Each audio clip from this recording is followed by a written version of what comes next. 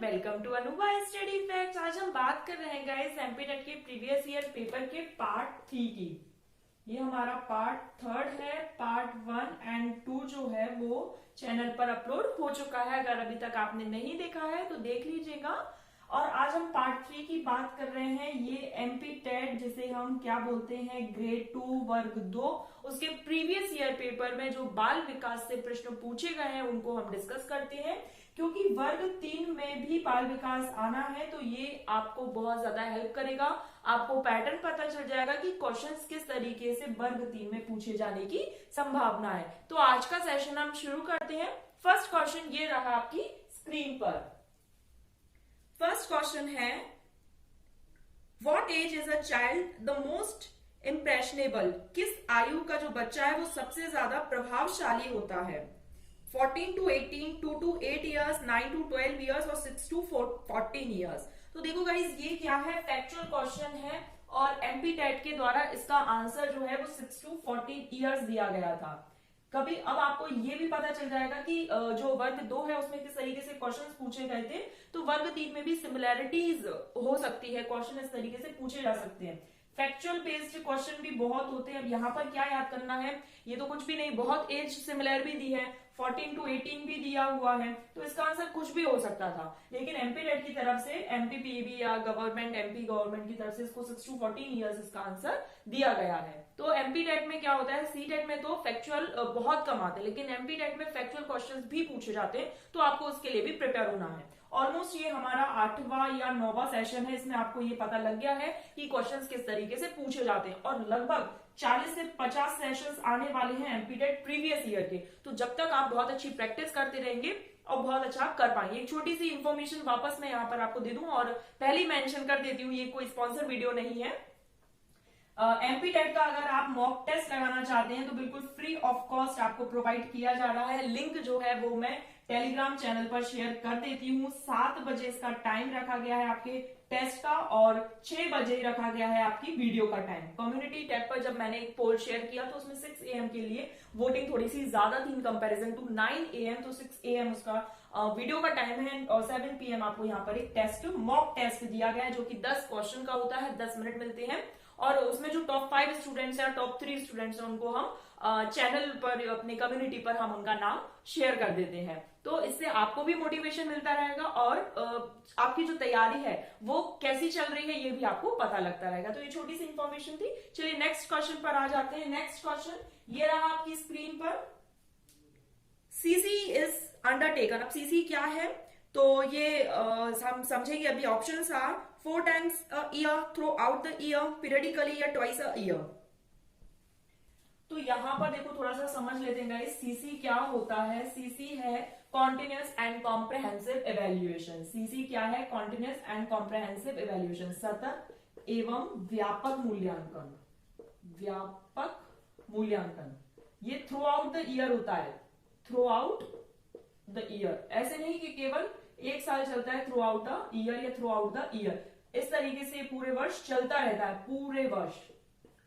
पूरे वर्ष चलता रहता है, इसका हम ऐसे अनुमान लगा सकते हैं। थ्रू आउट मतलब सतत। ये जो प्रोसेस है इसका नाम ही है कॉन्टिन्यूस एंड कॉम्प्रहेंसिव इवेल्युएशन। तो ये सतत वर्ष भर चलने वाली प्रक्रिया होती है। इसमें बच्चे का मूल्यांकन किया जाता है, उसकी जो स्कोलेस्टिक एरिया है वो सभी देखे जाते हैं कि बच्चा ऑलराउंडर है, खेल में अच्छा है, पढ़ाई में अच्छा है, अदर एक्टिविटीज में कैसा है, ये सब देखे जाते हैं। तो कॉन्टिन्यूस एंड कॉम्प्रहेंसिव इवेल्युएशन, सतत एवं व्यापक मूल्यांकन किया जाता है और जो कि पूरे वर्ष भर चलता है, ना कि 4 times या फिर 2 times ना ईयर। चलिए आई होप आपको यहाँ पर समझ आएगा। नेक्स्ट क्वेश्चन ये रहा आपकी स्क्रीन पर।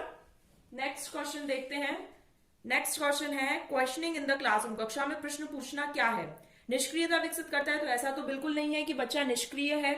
विषय वस्तु को स्पष्ट करता है, सही बात है। Clarify subject matter. अगर आप क्वेश्चंस पूछोगे तो इससे चीजें आपको क्लियर होंगी, डाउट्स आपके क्लियर होंगे। Creates indiscipline. ऐसा तो नहीं है कि अनुशासनहीनता पैदा करता है। It was a waste of time. समय की बर्बादी। ऐसा बिल्कुल भी नहीं है।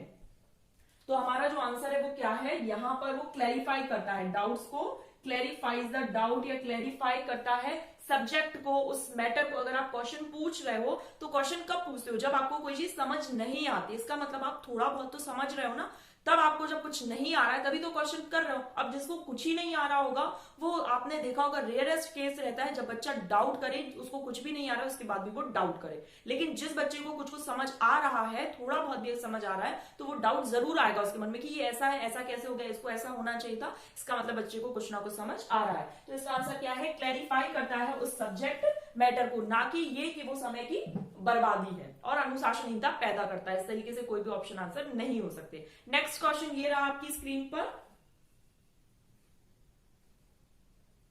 Needs which grow stronger when unsatisfied are called, असंतुष्ट होने पर मजबूत होने वाली आवश्यकता। असंतुष्ट है मतलब वो चीज कहीं ना कहीं पूरी नहीं हुई है, तो कमी जरूरतें, प्राथमिक जरूरतें, वृद्धि जरूरतें और आवश्यक जरूरतें। तो देखिए गाइस, अनसेटिस्फैक्शन है तो कहीं ना कहीं कमी रह गई है, तो इसका आंसर क्या होगा, डेफिशिएंट नीड्स, कमी जरूरत है, ये हमारा आंसर हो जाएगा। क्योंकि क्या है, अनसेटिस्फाइड है व्यक्ति, कहीं ना कहीं कमी रह गई है। चलिए नेक्स्ट क्वेश्चन ये रहा आपकी स्क्रीन पर, Who proposed the theory of observational learning? ये देखिए फैक्चुअल क्वेश्चन है, Ivan Pavlov, BF Skinner, Aaron Beck और एल्बर्ट बेंड्यूरा। तो जो सोशल लर्निंग है ये आपको पता होना चाहिए। सोशल लर्निंग जो है, सोशल लर्निंग थ्योरी जिसे हम क्या बोलते हैं, एसएलटी या फिर ऑब्जर्वेशनल लर्निंग, ऑब्जर्वेशनल लर्निंग, ये किसके द्वारा दी गई है, एल्बर्ट बेंड्यूरा के द्वारा, एल्बर्ट बेंड्यूरा के द्वारा दी गई है। ये फैक्चुअल चीजें हैं। अब आपको पता चल रहा होगा कि एमपी टेट में फैक्चुअल चीजें कितनी ज्यादा पूछी जाती है। तो फैक्चुअल का ऐसा समझ सकते हैं जैसे 30 नंबर बाल विकास के हैं, 18 नंबर आपके फैक्चुअल और 12 नंबर आपके कंसेप्ट पर बेस्ड होते हैं। तो ये तो आपको पता होना चाहिए कि सोशल लर्निंग थ्योरी और ऑब्जर्वेशनल लर्निंग थ्योरी मतलब इनका एक ही थ्योरी के अलग अलग नाम है और ये किसके द्वारा दी गई है, एल्बर्ट बेंड्यूरा के द्वारा। नेक्स्ट क्वेश्चन ये रहा आपकी स्क्रीन पर। चलिए क्वेश्चन को रीड कीजिए और आंसर देने की कोशिश कीजिए। A scoring guide used to evaluate the quality of student is called, छात्रों की गुणवत्ता का मूल्यांकन करने के लिए इस्तेमाल की जाने वाली स्कोरिंग गाइड क्या कहलाती है? तो ये भी एक फैक्चुअल क्वेश्चन ही है। चेकलिस्ट, रूबिक्स, रेटिंग स्केल और इन्वेंट्रीज। तो इसका आंसर हो जाएगा इन्वेंट्रीज। ये बिल्कुल फैक्चुअल चीजें हैं, ये तो याद होनी चाहिए कि बच्चे की जो यहाँ पर देखिए क्या है, रेटिंग स्केल वगैरह है, इस तरीके से आपने देखा होगा रेटिंग स्केल, जैसे ये नंबर दिए रहते हैं, जैसे 0, 1, 2, 3, 4, इस तरीके से। अब बच्चा क्या है, बहुत ज्यादा पढ़ने में बहुत ही ज्यादा डल है या उसकी परफॉर्मेंस बहुत ज्यादा बैड है तो जैसे वेरी बैड आ गया, बहुत अच्छा है तो वेरी गुड आ गया। तो रेटिंग स्केल इस तरीके से होती है। ठीक है, यहाँ जहां भी आपको लगे कि ये चीजें समझने की हैं तो उनको आप अपनी कॉपी पर लिखते जाया कीजिए, एक शॉर्ट में नोट्स बनाते जाइए। एमपीटेट प्रीवियस ईयर पेपर के नाम से अलग से एक नोट्स बनाइए जिसमें जहां पर भी आपको लग रहा है कि हाँ ये क्वेश्चन समझने वाला है, फैक्चुअल है, फैक्चुअल भी देखो लर्न तो करना ही पड़ेगा। जैसे थ्योरीज है किसके द्वारा दी गई, ये क्वेश्चन एमपीटेट में बहुत पूछे जाते हैं तो ये आपको पता होना चाहिए। ये स्टेटमेंट किसके द्वारा दिया गया, स्टेटमेंट्स क्या है, बहुत सारे हैं, याद नहीं रहते, लेकिन जो प्रीवियस ईयर्स में पूछे गए हैं वो तो कम से कम हम थोड़े बहुत याद कर ही सकते हैं। तो आप शॉर्ट नोट्स में उसको लिखते जाइए, बहुत ज्यादा हेल्प रहेगा आपके एग्जाम के टाइम तक। नेक्स्ट क्वेश्चन ये रहा आपकी स्क्रीन पर। नेक्स्ट क्वेश्चन क्या है, both pleasant and unpleasant feeling are associated with. अब प्लीजेंट है मतलब चीज क्या है, अप्रोच की गई है उसकी तरफ, मतलब दृष्टिकोण, और उसके बाद क्या है, अनप्लीजेंट है मतलब अवॉइडेंस है, उसका परिहार किया गया है। तो इसमें देखिए कहां दिया गया है, प्लीजेंट के साथ जुड़ जाएगा अप्रोच और अनप्लीजेंट के साथ जुड़ जाएगा अवॉइडेंस। तो देखो यहां पर क्या है, प्लीजेंट के साथ जुड़ेगा अप्रोच और अनप्लीजेंट के साथ जुड़ेगा अवॉइडेंस, परिहार। ठीक है, ये भी एक तरीके से फैक्चुअल कंसेप्चुअल कुछ भी समझ सकते हो भाई। कोई भी चीज प्लीजेंट है जो अच्छी लग रही है वो अप्रोच की जाती है, उस तक पहुंचा जाता है। अनप्लीजेंट है जो चीज अच्छी नहीं है उसका परिहार किया जाता है, उसको अवॉइड किया जाता है। इस तरीके से समझ सकते हैं। चलिए नेक्स्ट क्वेश्चन ये रहा आपकी स्क्रीन पर। नेक्स्ट क्वेश्चन क्या है, authentic assessment is a form of assessment in which, प्रमाणिक आकलन का एक रूप है जिसमें छात्रों को वास्तविक दुनिया के कार्यों को करने के लिए कहा जाता है जो आवश्यक ज्ञान और कौशल के सार्थक अनुप्रयोग को प्रदर्शित करते हैं। बिल्कुल सही बात है, आंसर तो हमें पता चल गया कि फर्स्ट ऑप्शन है, लेकिन हम और भी देख लेते हैं। छात्रों के परिणामों की तुलना काल्पनिक औसत छात्र से, तो देखो कभी भी बात जब तुलना की आती है तो हमारा आंसर नहीं होता है फिर बात आ जाती है छात्र के प्रदर्शन को पूर्व निर्धारित मानदंडों या सीखने के मानदंडों को एक निश्चित सेट के विपरीत मापा जाए, ऐसा भी बिल्कुल नहीं करना है। शिक्षक छात्रों की व्यक्तिगत शक्तियों, कमजोरियों, ज्ञान और शिक्षा को कौशल से पहले निर्धारित करें, तो ऐसा नहीं है कि आप उस चीज को पहले से निर्धारित कर दें।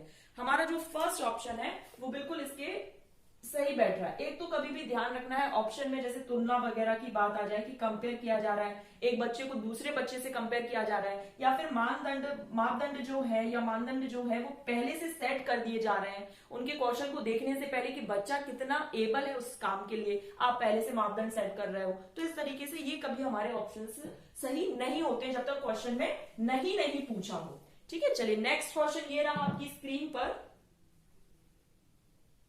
नेक्स्ट क्वेश्चन है classical gestalt theory was put forth by. ये देखिए एमपीटेट में पूछा गया था, इसके बोनस मार्क भी मिला था। ये एक कैंसिल क्वेश्चन के अंतर्गत आया। क्यों? क्योंकि क्लासिकल कंडीशनिंग अलग चीज है और गेस्टाल्टिज्म अलग चीज है। अब इन्होंने यहां पर मिलाकर दे दिया। ऑप्शंस में देखो थॉर्नडाइक, कोलर, प्याजे और पैवलोव दिया गया है। तो ये क्वेश्चन को कैंसिल तो कर दिया, लेकिन हम इसको थोड़ा सा यहां पर देख लेते हैं कि अगर क्लासिकल कंडीशनिंग अलग से पूछा जाए, क्लासिकल कंडीशनिंग पूछा जाए तो किसके द्वारा, ये हम 2-3 बार एमपीटेट में ही डिस्कस कर चुके हैं। तो देखो एमपीटेट के जो प्रीवियस ईयर पेपर जब आप लगाओगे तो बहुत ज्यादा हेल्प मिलने वाली, क्योंकि इस क्वेश्चन, इन सारे क्वेश्चंस कम से कम हम कितने क्वेश्चंस लगा लेंगे, ऑलमोस्ट हम 1200-1500 क्वेश्चन लगा लेंगे। जब हम 1500 क्वेश्चन प्रीवियस ईयर पेपर के लगाएंगे तो हमें आकलन तो पूरा लग ही जाएगा, प्लस पेपर का पैटर्न किस तरीके से आ सकता है ये भी हम पूरा अनुमान लगा पाएंगे। तो क्लासिकल कंडीशनिंग दी गई है आइवन पैवलोव के द्वारा। ठीक, अब उसमें गेस्टाल्ट बात दिया गया है, तो गेस्टाल्ट के लिए होता है वर्टहाइमर, जैसे हम वर्दीमर बोलते हैं, कोहलर और कोफका। तो ये सब चीजें भले ही क्वेश्चन वो कैंसिल हो गया, बोनस मार्क मिल गया हो उसमें, लेकिन हमें ये तो पता होना चाहिए कि क्लासिकल कंडीशनिंग और गेस्टाल्ट बात जो है वो किससे रिलेटेड है। ठीक है, चलिए नेक्स्ट क्वेश्चन और आज के लिए लास्ट क्वेश्चन ये रहा आपकी स्क्रीन पर। निम्नलिखित में से कौन सा कारक विद्यालय के प्रदर्शन में बच्चे की सफलता और असफलता को प्रभावित करता है? तो विद्यालय में पूछा गया है, तो माता पिता की जो शिक्षा की पृष्ठभूमि है वो इतनी मदद नहीं करती या प्रभाव नहीं डालेगी। फिजिकल स्ट्रेंथ ऑफ चाइल्ड डालेगी, बट जब बात स्कूल की है तो हम और ऑप्शंस भी देखते हैं।